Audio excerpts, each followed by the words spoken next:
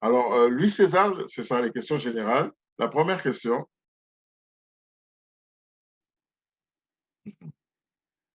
que faut-il faire lorsque ton partenaire ne communique pas assez? Que faut-il faire lorsque ton partenaire ne communique pas assez? Ça, c'est une grosse question aussi. Et en même temps, il y a toujours comme une question que nous nous posons. Est-ce que c'est il ne communique pas assez à ton goût? Mais quoi qu'il en soit, dans la parole de Dieu, nous pouvons. Vous prenez juste en note parce qu'on n'a pas le temps de vraiment que chacun aille faire la recherche. Amos 3, verset 3. Hein, on dit deux hommes ou deux personnes. Marchent-ils ensemble sans en être convenus? Hein? Donc, euh, pour vivre ensemble, pour communiquer ensemble, se convenir, c'est s'asseoir et dire, voici d'où nous venons, voici où nous voulons aller, voici notre projet commun. Alors, qu'est-ce qui fait que ton partenaire aujourd'hui ne communique plus assez? Ça, c'est une question qu'on doit se poser. Normalement, la communication, elle est inévitable, c'est central dans une relation de couple. Et on doit se demander, quand il n'y a plus de bonne communication, qu'est-ce qui se passe? Où est le problème exactement? Hein, il faut pas laisser passer le temps sans communication dans le couple. Vous devez être capable de communiquer pour tout et pour rien. Et ça, je parle aux jeunes qui pensent à se marier. Ça doit commencer depuis les fiançailles. OK? Euh, S'il y a quelque chose qui nous a caractérisés, ça fait 36 ans que nous sommes mariés, mais c'est quelque chose que les gens nous ont souvent dit. On dirait que vous parlez, vous avez toujours quelque chose à vous dire. Effectivement, c'est vrai. Hmm. Il y a toujours quelque chose qu'il faut pouvoir partager. Madeleine, tu voulais dire quelque chose. Oui, je voulais insister sur le fait que il y a différentes façons de communiquer. Même le silence est un moyen de communication. Quand vous avez l'habitude de vous parler et que vous réalisez que l'autre est silencieux, arrêtez-vous, posez-vous la question de savoir, ah, chérie, est-ce qu'il y a quelque chose qui te dérange? Qu'est-ce qui se passe? Intéressez-vous à l'autre. Mais il y a des frères ou des sœurs qui ne font pas attention à ces petits détails-là et ça amène la frustration et ça fait que le frère ou la sœur qui garde le silence parce qu'il attend ou elle attend que l'autre s'approche de lui ou d'elle pour parler, ne fait pas attention. Hein? Donc, le silence, là, devient encore plus profond. Elle ne dit plus rien. Euh, et elle fait les choses ou il fait les choses sans tenir compte de la présence de l'autre, mais ça crée des frustrations. Alors, quand vous remarquez qu'il y a quelque chose qui ne va pas, prenez le temps de vous arrêter. Vous êtes un, vous êtes une seule personne. Hein? Devant le Seigneur, vous êtes un. Vous êtes appelés à vivre ensemble, à dormir ensemble, à vous réveiller ensemble le matin. Vous êtes voisins, les voisins les plus proches dans le lit. Vous êtes voisins. Que va-t-il se passer si vous vous réveillez le matin et que l'autre ne s'est pas réveillé? Il y a eu des situations qui sont arrivées comme ça. J'ai une collègue, c'était une dame des Philippines, qui me racontait, on était au travail parce qu'on avait eu un cas où un homme est arrivé, on l'a amené en salle d'opération et puis il était mort. Euh, et cette collègue m'a dit, tu sais, elle m'a raconté son histoire. Elle était à 2 pas de la retraite et son mari venait de prendre sa retraite.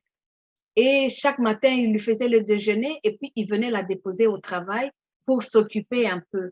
Et ce jour-là, ils se sont très bien parlé. Il y avait eu un petit problème, mais le problème a été réglé. Ils se sont très bien parlé et il est venu la déposer et il est parti. Et pendant la journée, on l'a appelé pour lui dire que son mari avait été emmené d'urgence dans un autre hôpital et arrivé là-bas, il était mort.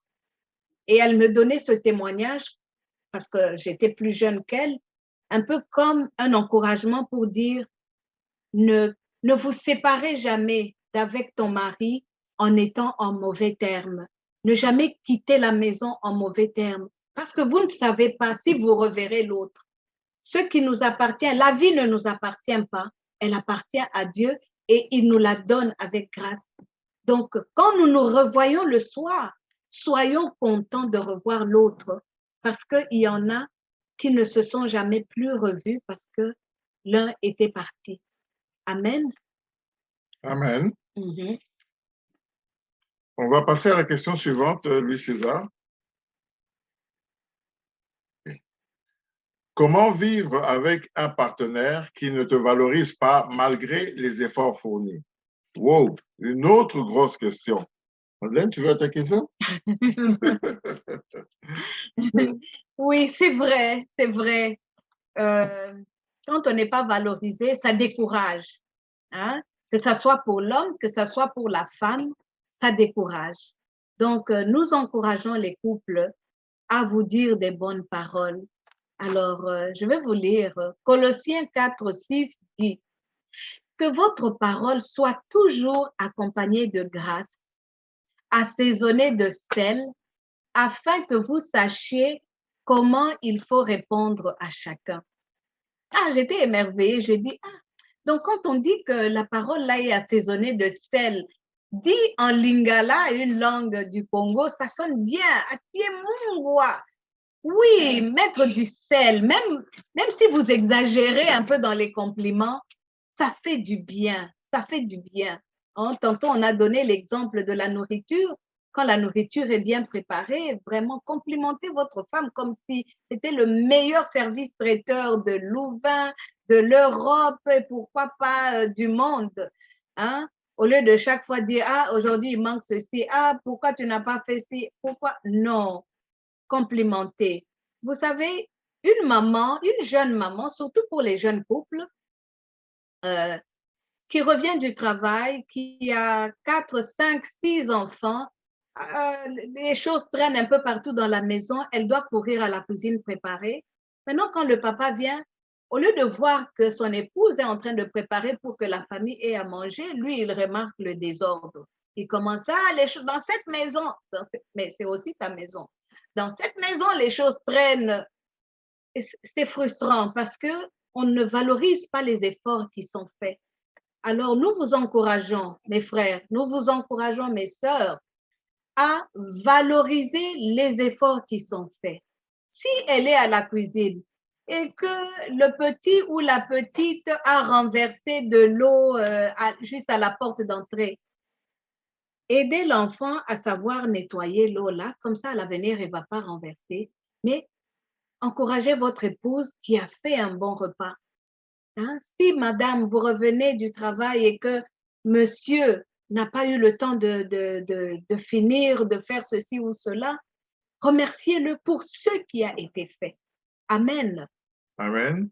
Et en 2 mots, il faut dire, ne prenons jamais l'autre pour acquis. Ça veut dire, de toute façon, c'est ma femme, je l'ai épousée, elle est là. Oh, de toute façon, c'est mon mari, c'est un chrétien, il n'ira jamais à gauche, à droite. Non. Ça, c'est une attitude qui nous amène à baisser les bras et pas à travailler toujours de mieux en mieux pour améliorer la relation. Louis César, question suivante. Est-il possible de cacher certaines vérités à son partenaire pour éviter les disputes? Ouh là là. Est-il possible de cacher certaines vérités à son partenaire pour éviter les disputes? Ça, c'est toute une question. Est-il possible de cacher certaines vérités? Le problème, c'est que je ne pense pas que l'intention, c'est vraiment toujours de cacher des vérités. C'est de ne pas savoir comment les dire. C'est de ne pas savoir comment les dire. Et parfois, c'est de ne pas savoir quand les dire. C'est ça le secret. Lorsque nous rencontrons des couples ou que nous donnons des formations, on apprend que les conflits, parce que ça ramène un peu au conflit, la gestion des conflits. Les conflits ne sont pas à éviter. Parfois, les conflits aident à avancer, mais il faut savoir comment les gérer. Il faut savoir prendre le moment, choisir un moment où on peut se parler de choses, se donner des rendez-vous où on peut maintenant parler des choses de manière constructive. L'idée, ça doit toujours être, nous voulons améliorer notre couple. Souvent, les gens pensent que non, il ne faut pas que je lui dise telle chose. Il ne faut pas que je lui dise ce qui ne va pas, ce que je n'aime pas. On cache ça et on accumule, on est en train de former une muraille qui un jour va s'écrouler sur le couple. On dit, ah, mais j'ai épousé quelqu'un que je ne connaissais pas, tu ne m'as jamais dit. Des années après, tu viens sortir des choses, ton mari est surpris, mais c'est quoi ça? Je ne te connaissais pas comme ça. Ou ta femme dit, ah, quel drôle de mari, je ne savais pas que. Parce qu'on a caché des choses en se disant, si je cache ça, si je sors ça sur la table, c'est la fin de notre couple. Avant de se marier, parfois, c'est une bonne chose. Hein, ça peut nous aider. OK? Maintenant, tous les... Luc 12, 2 nous dit, il n'y a rien de caché qui ne doive être découvert, ni de secret qui ne doivent être connus. C'est pour vous dire que tout finit par remonter à la surface. Même si c'est un secret que tu avais avant de vous marier, on ne sait jamais. Ton mari peut rencontrer quelqu'un ou un membre de famille qui parle de ça et puis il te regarde et puis toi tu commences à dire, ah ça, ah oui, ça j'avais oublié de te dire. C'est un peu tard. C'est un peu tard parce que c'est là que nous encourageons dans la connaissance de l'autre de se parler et de se reparler. Posez-vous des questions sur les familles, sur le passé et sentez-vous vraiment libre devant le Seigneur, pour autant que ça soit dans le but d'avancer. Alors, qu'est-ce qui se passe quand quelque chose, quand une information est cachée et puis que l'autre la découvre? La plus régulière qui arrive dans nos milieux africains ou asiatiques, nous avons de la famille en Afrique, en Asie, et nous supportons ces familles, nous envoyons l'argent. Parfois, nous-mêmes, nous sommes serrés, coincés par les factures, mais il y a une urgence là-bas qui fait que c'est l'homme qui a une urgence dans sa famille ou la femme, et il n'ose pas dire à l'autre. Alors, qu'est-ce qu'il fait? Il envoie l'argent. Mais maintenant, quand la famille appelle, elle tombe sur le conjoint. Je donne l'exemple, la belle-mère appelle et puis elle me remercie. Elle dit, ah maman, merci beaucoup vraiment pour l'envoi que vous avez fait. Catastrophe. En tout cas, ça nous a beaucoup aidé. Il y avait tel et tel souci. Merci beaucoup. Moi, j'ai envoyé de l'argent. Alors, moi aussi, je dis, oh, merci maman, en tout cas, il n'y a pas de problème, il n'y a pas de souci, vraiment, c'est la famille. Après, je vais le regarder, mais tu avais fait un envoi? Ah oui, parce que maman m'a appelé, elle me remercie. Ah oui, et puis, mais il faut se parler parce que si vous ne vous parlez pas, nous, on se parle, ça va, mais il y a des gens chez qui on s'est assis 2, 3, 4 fois, 5 fois. Pourquoi? Parce que soit le mari était récidiviste, donc il continuait à envoyer parce que pour lui, non, sa famille, il doit envoyer malgré les besoins qu'il y avait dans le couple, ou c'est la femme. Ah, moi, je travaille, mon argent, c'est pour ma famille, hein, c'est lui le chef, et son argent, c'est pour la maison, et on devait les conseiller pour leur dire que votre argent, c'est l'argent du couple. Amen. Et aider les familles ensemble. Et c'est là que Dieu vous bénit. Amen. Voilà. Donc, il faut vraiment, c'est des choses vraiment à éviter. Donc, je propose qu'on fasse une pause là pour cette fois-ci parce qu'on ne veut pas aller trop loin. Je vais juste prendre 2 minutes pour revenir à notre sujet du jour aujourd'hui. Hein, et je vais lire le passage que j'avais prévu pour partager et puis bon, on pourra peut-être le développer à une autre occasion. Hein. On parlait euh, euh, comment dire, à cœur ouvert, le mariage à cœur ouvert. Donc, nous avions prévu de lire, je vais lire le passage, dans Amos 2, les versets 16 à 18. Le titre, c'est L'amour de l'Éternel pour l'infidèle Israël. C'est pourquoi je veux la séduire et la conduire au désert. Je parlerai à son cœur. Là, je lui donnerai ses vignes et je ferai de la vallée d'Accord une porte d'espérance. Là, elle chantera comme à l'époque de sa jeunesse, comme le jour où elle est sortie d'Égypte. Ce jour-là, déclare l'Éternel, tu m'appelleras mon mari et tu ne m'appelleras plus mon maître. Amen. Donc, c'est sur cette base-là que nous avions l'intention de développer, mais à travers les différentes réponses que nous avons données déjà, l'idée, c'était vraiment de savoir qu'il n'est jamais trop tard pour aucune situation. Hein? Et parler à cœur ouvert, parler librement comme Dieu l'a fait. Il a amené, c'est une image, hein, cet homme qui amène sa femme dans le désert pour parler librement, se réconcilier et être restauré en toutes choses. Nous vous laissons méditer sur ce passage en demandant à Dieu de nous donner la grâce de pouvoir, à une prochaine occasion, la leçon qu'on tire, la moralité, hein, à une prochaine occasion, c'est de continuer là-dessus. Le mot de la fin, comme moi j'ai commencé, je vais laisser peut-être la conclusion à Maman Madeleine. Voilà. Alors, nous encourageons les mariés à revenir à la romance des premiers jours. OK? Les mariés. Je vais vous donner quelques points.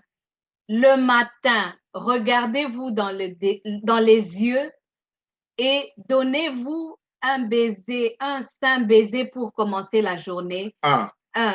2. Avant la méditation. 2. 2. Méditez la parole de Dieu parce que c'est la nourriture quotidienne. 3. Faites-vous un compliment par jour. 4. Retournez aux albums pour vous souvenir de l'amour, pour réveiller l'amour qui s'est endormi. 5. Planifiez les projets d'avenir et travaillez vos plans. 6. Dansez ensemble. Nous, on danse, hein? On danse ensemble. 7. Soyez les meilleurs amis du monde. Confiez-vous les petits soucis, les petits secrets. Amen. Amen. Voilà.